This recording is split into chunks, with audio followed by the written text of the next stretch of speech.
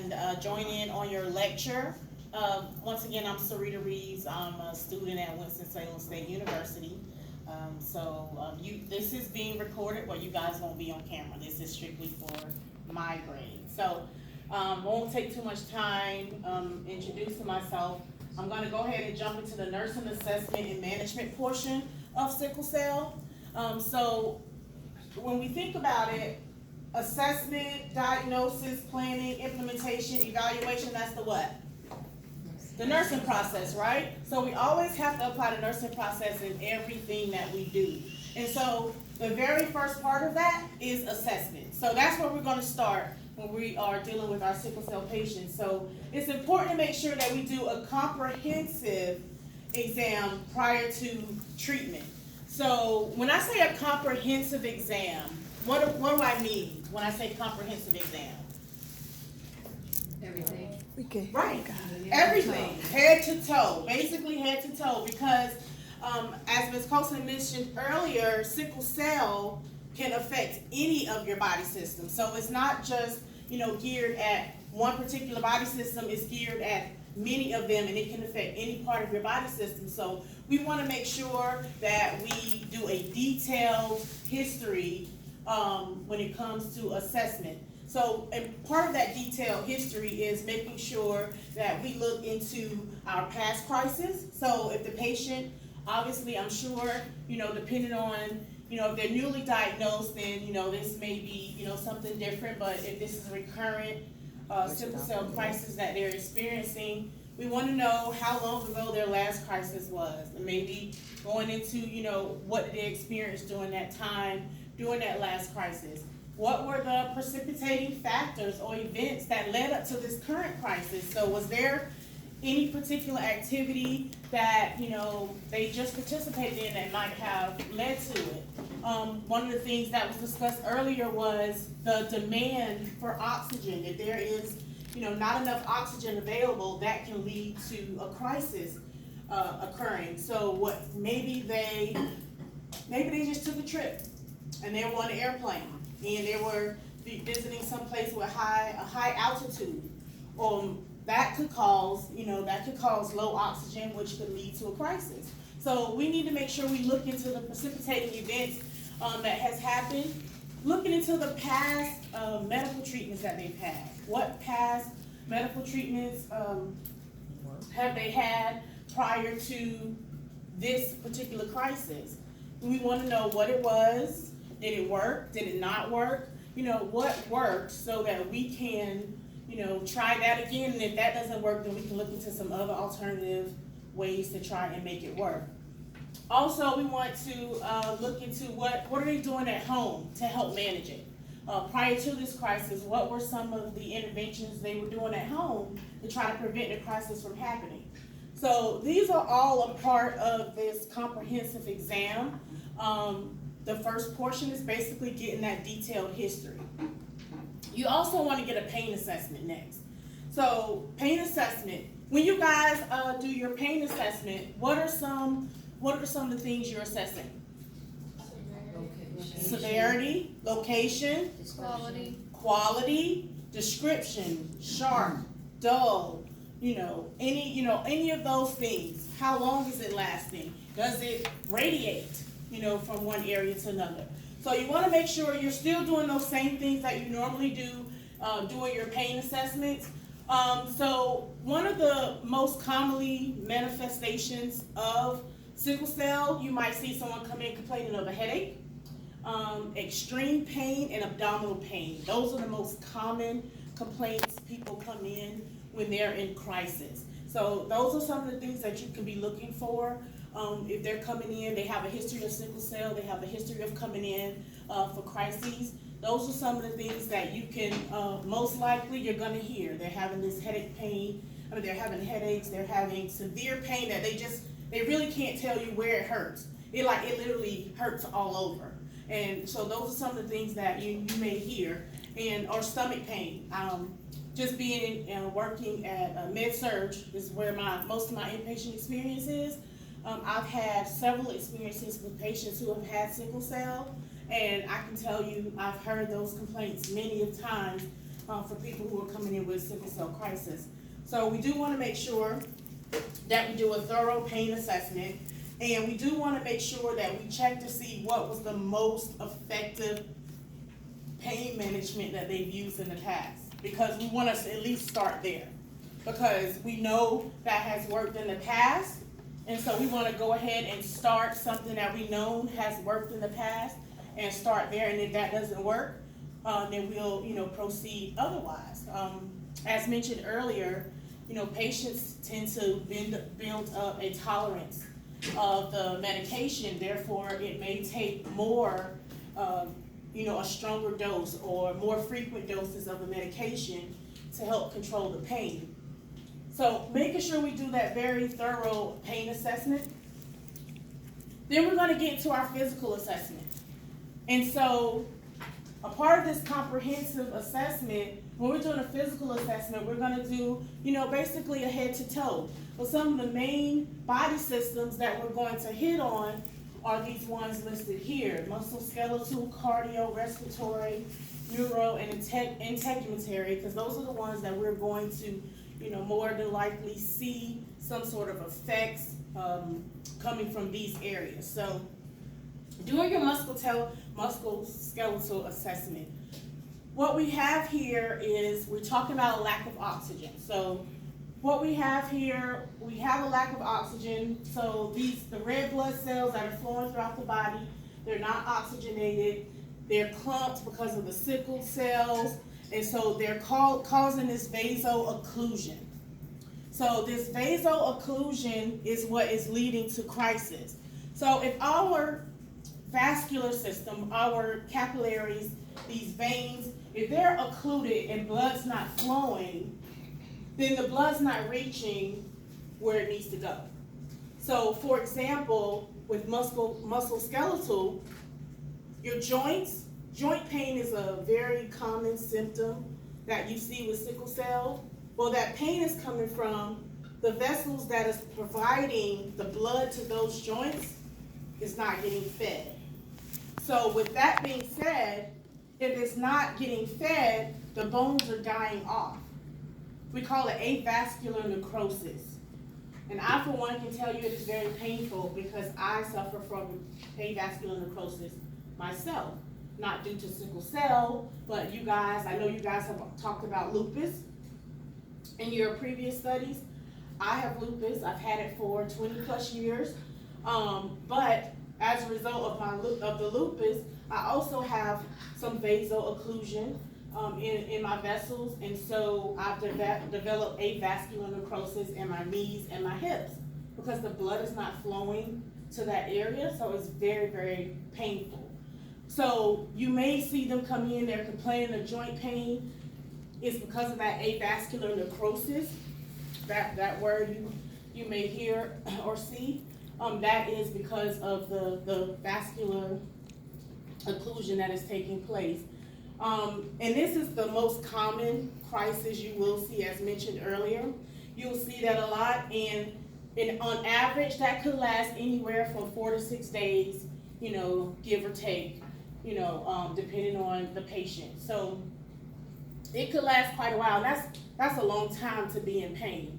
But we'll get into, what our goals are as far as helping managing that pain and some of the things that we need to take into consideration in a little bit.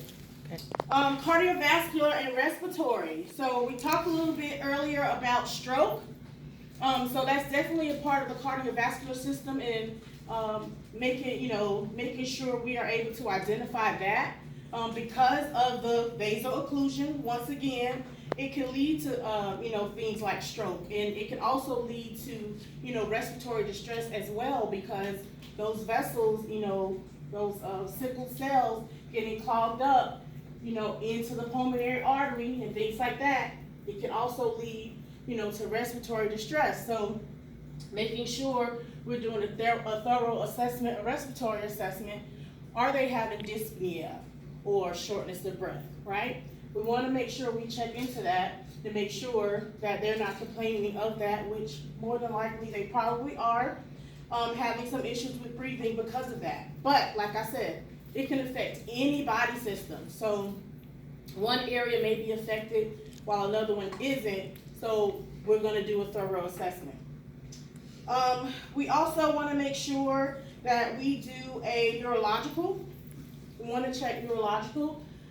We wanna make sure, we wanna check for fever. We wanna check for respiratory and neurological symptoms. So if they're having a fever, if they're having respiratory issues, and if their level of consciousness is off, they're confused, this is an emergent situation. This is actually something we want to really take a look at because there could be some sort of blood flow to the brain that is affecting these neurological changes, and so we want to make sure that we're able to identify that. You guys in the hospitals, you guys may have, or you may have already learned, where you talked about, stroke. We want to be able to identify that pretty early on, because if someone is having a stroke, the sooner we start treatment, the better chance we have for the patient not suffering from permanent damage. So being able to identify those things. Next, we want to make sure we talk about the skin. Want to make sure that we talk about the skin. Skin ulcers, they may develop because the skin is an organ as well. It needs to be supplied blood, but if the vessels leading to the skin that supplies the skin blood, if they're being occluded, we're going to have issues. That's where you get the leg ulcers that come in. You have these come up because the skin is not getting the proper blood supply, so the skin cells begin to die off, which makes it more, that person more prone to developing ulcers and things like that. So we want to make sure we do a thorough skin assessment, looking for, those open areas of skin and ulcers that may come up. Dehydration is also one of those predispositions to a crisis. So we want to make sure that we keep our patient hydrated. Because dehydration is very common with someone who is having a sickle cell crisis. So definitely want to check for things for dehydration. So what are some of the things that you may see in your patients that are dehydrated? Dry skin. So we do that skin turgor test, right? And if we pinch the skin and it just stays in a tent, we might have some issues with dehydration. What else might you see in dehydration, a dehydrated patient? Let me say it again. Dry mucous membranes. Okay, what else? Flat veins. Oh yeah, you ever try to start an IV or get blood on someone who's dehydrated? It's not fun at all, right? It's like digging for water in the desert. What else? What about their output? Yeah, it'll be decreased, right? You'll have that scanty urine you might hear. So they're not producing a lot of urine. That's also a sign of dehydration. So monitoring those I's and O's, we definitely want to keep an eye on that. If they're not taking a lot of fluid, they're not going to be producing a lot of fluid either. So we want to make sure that we keep an eye on that. And so you start to kind of get the connection of why fluids are important and why oxygen is important. So want to make sure that we continue to monitor that. And then we're going to get into management of these things. So we've gone over the physical assessment. Now we got to get into management. So we want to make sure we monitor for signs and symptoms of infection. Earlier we talked about, sometimes if the sickle cells comes up in the spleen, we have to remove that spleen. They have to have the spleen removed. And so if we have to have the spleen removed, that's going to increase the risk of what? Infection. It's going to increase the risk of infection. So we definitely want to monitor those. So what are some signs and symptoms of infection you might be looking for? Fever. That's our body's natural way of letting us know it's trying to fight off an infection. So fever. Anything else?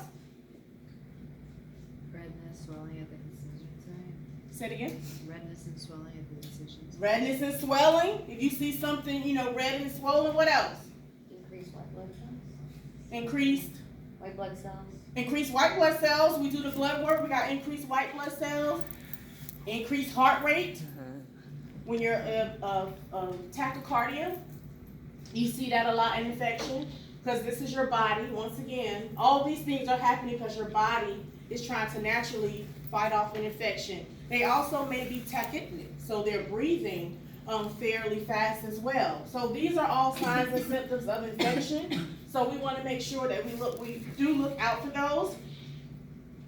Also, realize that is a medical emergency. If you have a patient who has an infection, definitely someone who doesn't have a spleen, we want to treat that as a medical emergency, and so we definitely want to get started on antibiotics if that is what it takes for, if that's something that it needs. So, and then next we already talked about management as far as eyes and nose.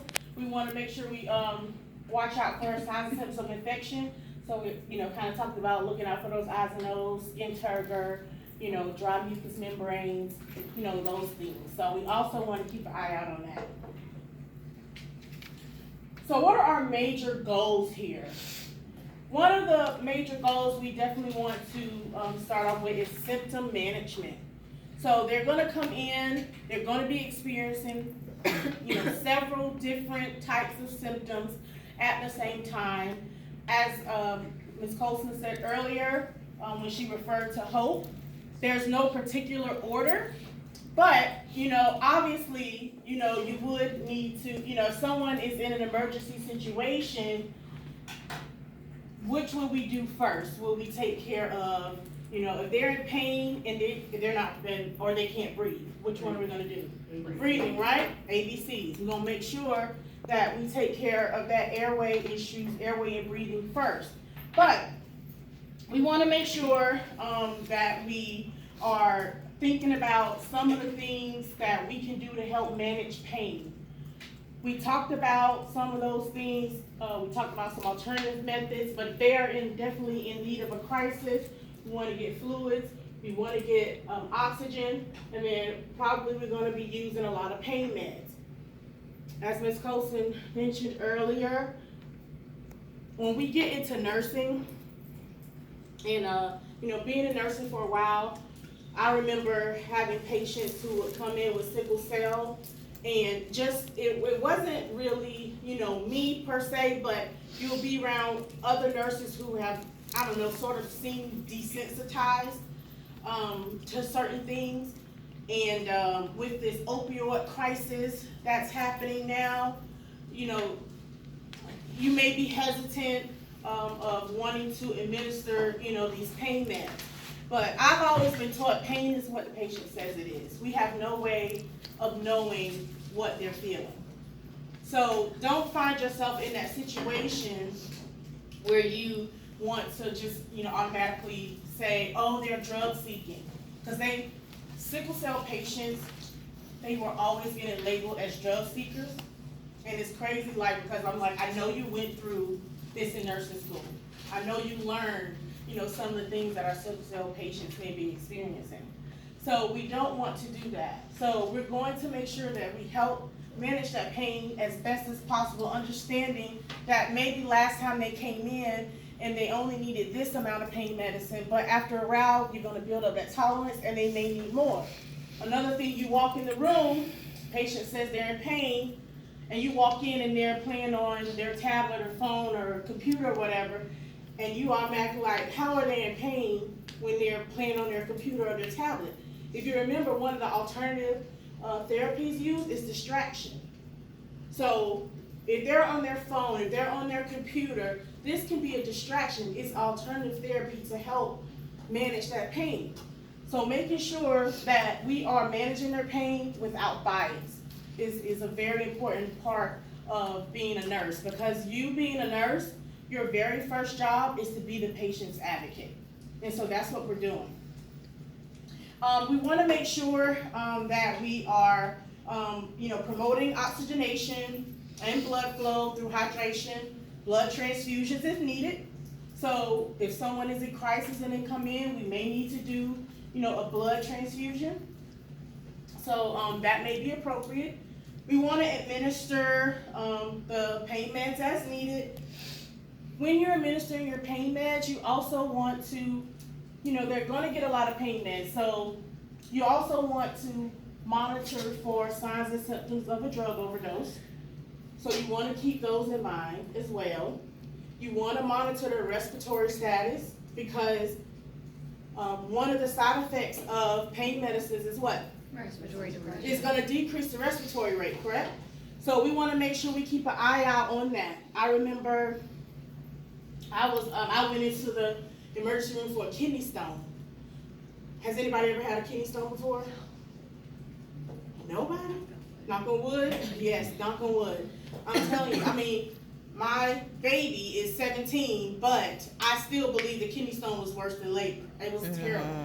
And they had to keep pumping me up with Dilaudid over and over again. And then eventually the pain stopped and I would fall asleep and then I would wake up to this loud beeping sound because my respiratory rate had dropped to like 4. And so the machines were going off. And I would wake up. Luckily, I woke up. I was going to say. Luckily, you woke up. But, right. Because the nurse was not in there. But so we're gonna be better than that. We're gonna make sure that we're keeping an eye on their respiratory rate. We're gonna keep an eye on their pulse ox to make sure that they're getting the oxygen that they need. But that low respiratory rate, if it gets low like that, that could be a sign of overdose, a drug overdose. So we want to keep an eye out on that. We also want to, administer. We talked about hydroxyurea. That is in the video we're going to show it in a little bit. It talks about how the young man in the video talks about basically how hydroxyurea helps him have a normal life. So that medication has been a lifesaver for a lot of people with sickle cell. And massage was one of the alternative therapies. That's also something that we can help with pain management. We want to also decrease the episodes of crisis. So any condition that's going to increase the body's need for oxygen, we want to try to avoid those. So because that sickling can be triggered by an increased demand for oxygen to the body. So things like fever, emotional or physical stress, high altitudes, poor pressurized airplanes, hypoventilation, vasoconstriction due to cold temperatures. So these are all things, if someone, being in a cold temperature, like in the wintertime, you might see a higher increase of patients coming into the hospital with sickle cell because of the cold temperature. It's causing vasoconstriction, which can lead to a decrease in oxygen, which could lead to a sickling crisis. Like I said, traveling could lead to a sickling crisis.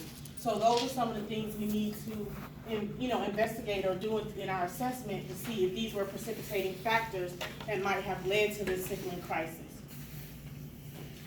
Next, enhance self-esteem and power.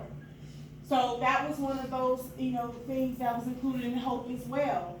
You have to remember these, our patients, we tend to, when you get into it and you're working, I'm not gonna say we forget their patients, but they don't have an identity anymore. They're either labeled by the condition they came in or a room number. But we have to remember they're people, they're humans. And so we have to provide that emotional support that they need, as well as the physical demands that they need from us as well. But we want to be there to support them emotionally as well, because they feel isolated. They're not able to do, the things that everyone else in their age group is doing. They may not be able to participate in that. They may not have, the greatest social life because they spend a lot of time hospitalized. So we want to make sure that we are there to give them that emotional support, and we want to empower them to take control of their health as well. And empowerment comes through knowledge, through education. So we do a great job in educating our patients on how to manage their disease, how to prevent it, well, you can't prevent it, but, ways to try to prevent the frequency of crisis that they're having. We empower them through that education. So making sure we do a thorough teaching, patient and family teaching, and, letting them know the things that they can do to try to help. Increasing knowledge of the disease process, as I said, that's going to go up into helping empower them. So making sure that you are knowledgeable about the disease process when you're going in and doing your patient education. So taking that time to, look into it, read over it. We learn a lot. You're going to learn a lot in school, about a lot of disease processes. But, when you have a patient that comes in with that condition, take the time to brush up on it. Get yourself more familiar with it. And so you can better be able to educate your patient, because a lot of your job is going to be doing a lot of patient teaching and patient education, and that's just as important as all the other physical stuff that we do as well.